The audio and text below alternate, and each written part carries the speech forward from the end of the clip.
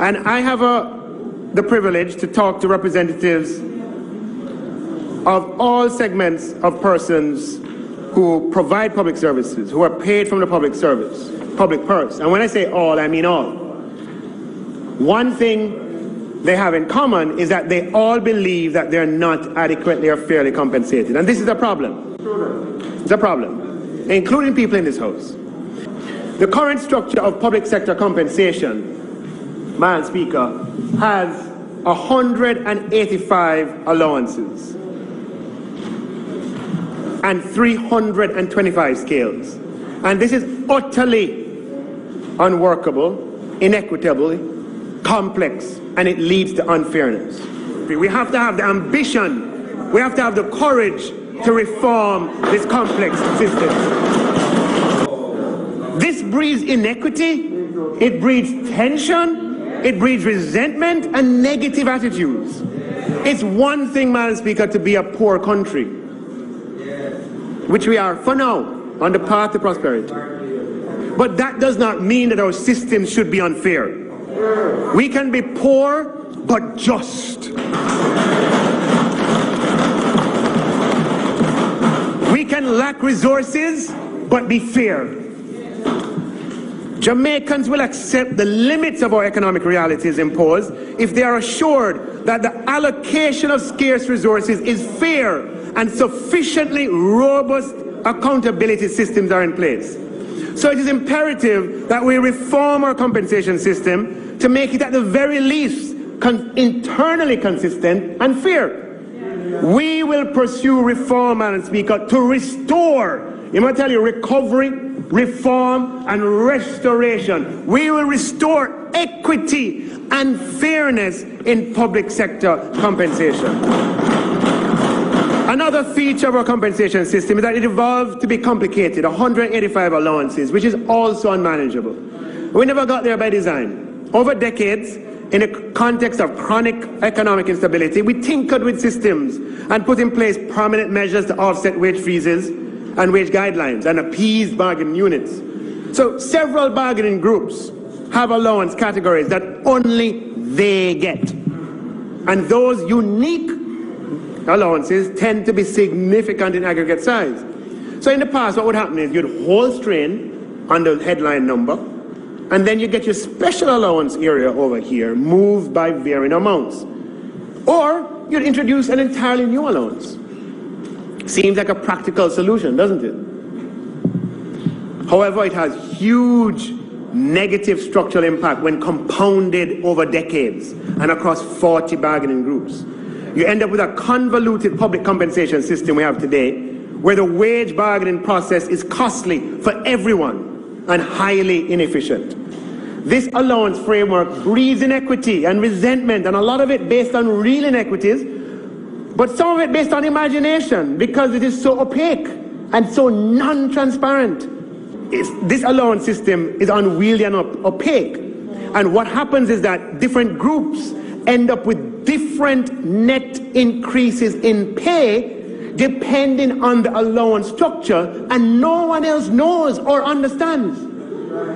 So this group over here have a different allowance salary structure. You touch the allowance and then their net increases here. And this group over here, you touch allowance and their net increases here.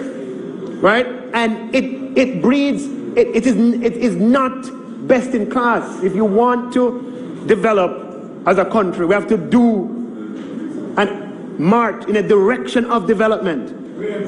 Now, Madam Speaker, this is public sector workers' salary, but they're paid with taxpayer funds. And the public has a right to understand how much is paid and what the total impact of increases represent.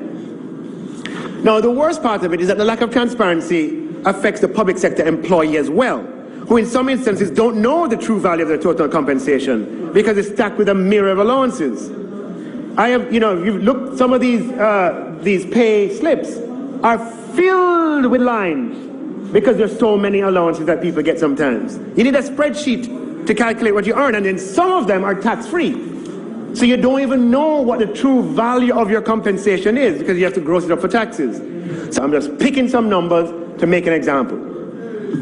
You might hear someone say, my salary is $950,000 gross. But when you check it out, their total compensation is 1.8 million. When you factor in that the allowance, some allowance is tax-free, is actually valued at 1.9 million or 2 million. But the public conversation is around a value of 950,000 and not around 2 million.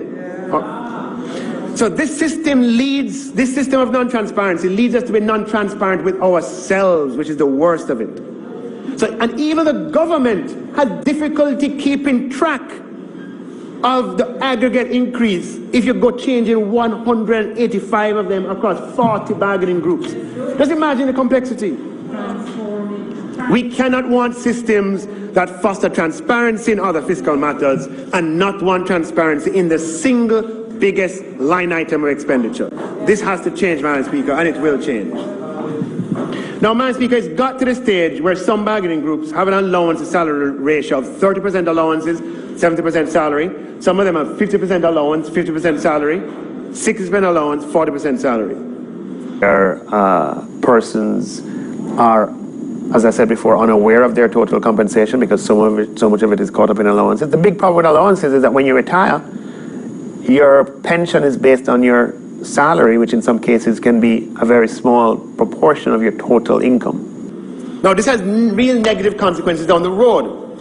If your total compensation is $100 and 50% is allowances, and you put all the decades of service to qualify for the maximum pension of 2/3 of salary, you only retire on 33% of your compensation, or $33, and that is at the maximum.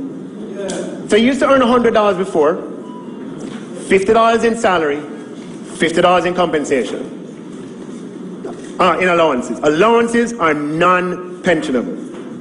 So when you retire, you just retire under 50. At the maximum, you're going to get 33. So one day you make 100. I know you don't need as much in retirement, right? But to go from 100 to 33 is a big jump. Some of them who are not at the maximum will go to 25 or even 20. So, Madam Speaker, it doesn't work for the public sector employee at all. And this unmanageable allowance complexity, Madam Speaker, needs to change. At the end of a long period of service, people feel a sense of disappointment, resentment, right? And it feeds the notion that Jamaica is an unfair place. As I said, we can be poor, but we must be just. The effective date of implementation will be April 1st, 2022. Now, that does not mean, Madam Speaker, that your April paycheck is going to reflect the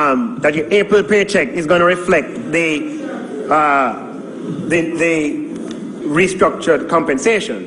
First, we want to have the opportunity to continue our engagement with public sector unions and bargaining groups, and to provide more information and to fine-tune the system. We then propose, Madam Speaker, that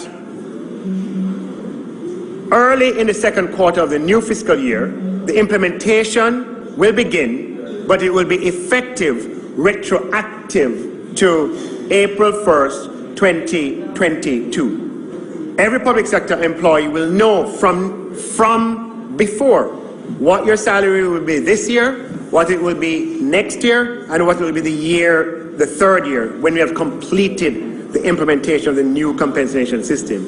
You will have clarity and you will have transparency. Now, Madam Speaker, some people have expressed some worry that if they receive a tax-free allowance today and tomorrow that allowance does not exist anymore, that they may be adversely impacted. Allow me to say clearly and emphatically, Madam Speaker, that no public sector employee's net pay will be lower as a result of the new compensation system. In fact, every public sector employee's net pay will be higher as a result of the new public sector compensation system.